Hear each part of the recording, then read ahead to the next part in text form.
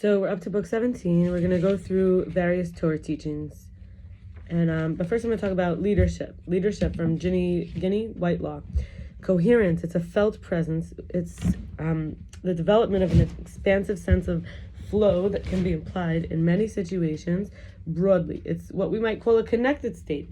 Others want to be with us. They feel good with us. We're always already there in that state, but we get amnesia. We get cut off. So it's not about getting into a field, but about losing the illusion of the separation, the separateness, the survival instincts, the crystallization, that separate self with separate needs. If I think on my body and I live as if I'm my body, I'll be in body protection mode, the self-protective mode. Anytime the body is affected, you get pulled out of flow. If we take the root cause of fear, which is, we might call the fear of death, the fear of that separate self dying, and lose it, we don't have to be so stuck in the defense. Rather, we can put the body in the extent and know who we really are. So this leadership patterns idea is that things like vision, there's the visionary, there's the organizer, there's the collaborator, there's the driver, and they're on this spectrum kind of. And so we have to think about like the extensor is more like the visionary, the expansive, imaginative, big antenna sensing the future. The improvement on that side of the spectrum would be to focus better by, let's say, having only 3 priorities. Let's say you don't add the 4th priority till you've finished one of the others. And then also the idea that you clear the workspace, quote unquote, the workspace, like what your projects are, what you're working on. So there's like one thing you're doing at a time now. This is somebody who might have more mixed up like excitement and enthusiasm. And on the other side, so we move through the organizer, collaborator, and the driver. The driver is somebody, we kind of know driven people, right? They're leaders. They're determined, sharp focused, good at pushing, getting stuff done, but they could improve being a little less type A, a little less urgency, energetic, competitive kind of side. Raquel Martin speaks about boundary. It's guides our behavior. So versus the rule. So what is a boundary? Boundary guides my behavior. I don't answer calls after 10, right? I just don't. The rule says I try to control other people choices. So we say, don't call me after 10. But what if they do? I'm going to be upset, right? Standards. What I allow in my life, like who I surround myself with, like the dependable people, versus the expectation, what I hope others will do.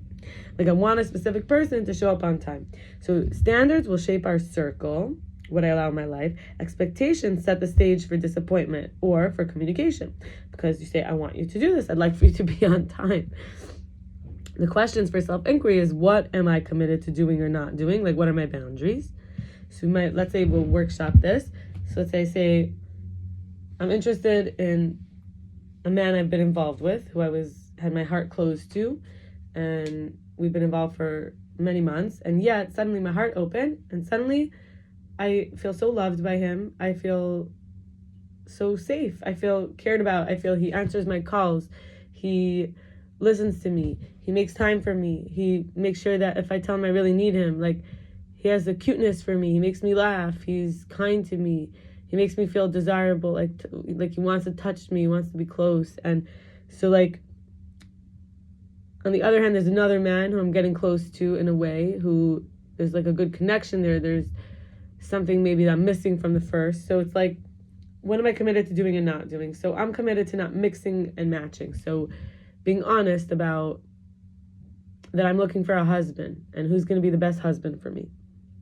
And these are my boundaries. I'm not going to like teach a man how to be my husband. I'm not going to put up with abuse, or I'm not going to like feel needy and tell him and then he ignores me and then I continue to be okay with that. Like, and then what do I wish others would do? The expectation. I wish people would be proactive, like reach out to me. So I want to be invited and, so like versus the expectation.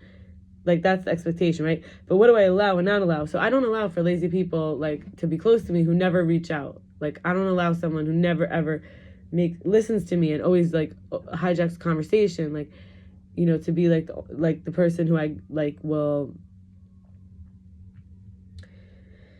like invest in circuitry. And then what am I trying to control with the rules? Like you're not allowed to interrupt me, like because I want to feel heard, right? So there's a sense of the person I'm with. It's not a dialogue. It's like I become monologuing and they feel like they don't even matter. So now let's go into the Torah teachings that I wanted to share today. They're from a variety of sources.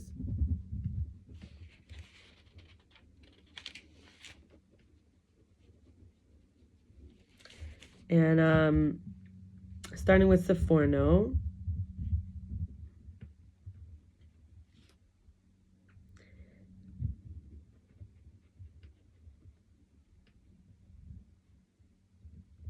The Israelites give tithes so that the Levites will be free to serve God. By accepting these tithes, the Levites provide the children of Israel atonement for the sin of the golden calf, which caused the firstborns to lose their right to serve. And malbim, who's a different commentary, says Aaron and Moses lifted up and waved the Levites, literally picked them up, to formalize their position as assistants to the kochavim and to formalize the Levites' assumption of the status of the firstborn. And we're going to go now to Leviticus, which is vayikra.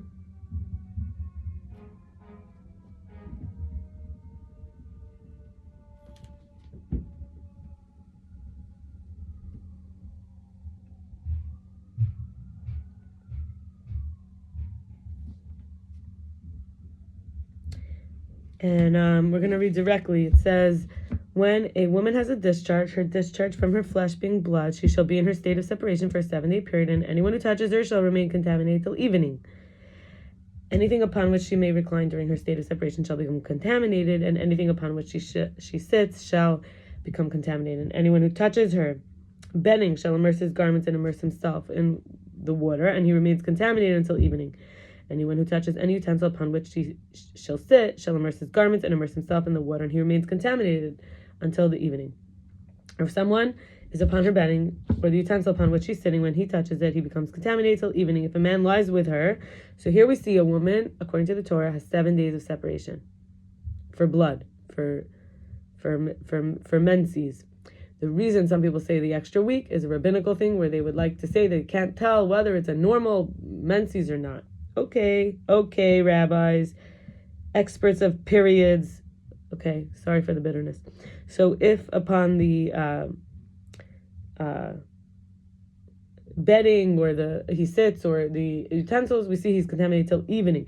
Now, if he lies with her, let's continue reading. If he lies with her, then in her state of separation will be upon him, and he becomes contaminated for a 7-day period. Any bedding upon which he may recline shall become contaminated. So it's like she passes it on to him if he has sex with her. What I'm taking from this is how important it is to recognize how potent the sexual energy is and how penetrative it really is for the man and the woman. And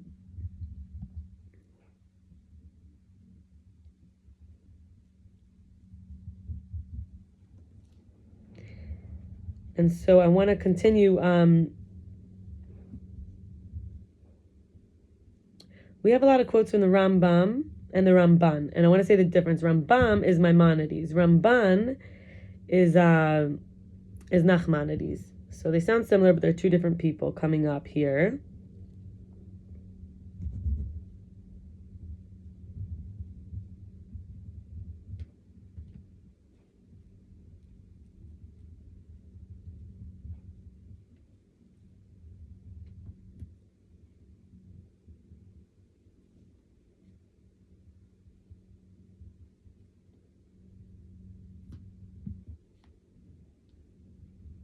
Before we get to those Ramban and Ramban, I want to go to Niddah 66a from the Stone Chumash commentary.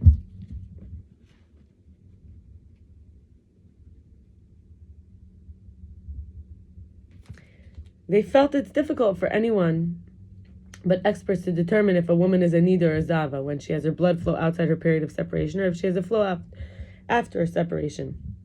The laws are stricter with the Zava, like we mentioned, so the sages felt it was necessary to impose the Zava regulations on all women who experience a flow. Okay, rabbis. So subsequently, Jewish women whom the sages praised for their fear of sin and deep piety adopted voluntarily additional stringencies upon themselves. I do not mean to scorn or mock. It's the men that are losing out from the extra week, in a way. And maybe also the women, but anyway. Okay, now we're up to Rambam, Maimonides, Hilchos, tumas, tzaras, 14:11, and also Yoma 12a. The laws of tzaras, or of houses, apply only in Eretz Yisrael because it was the land given to us in our possession.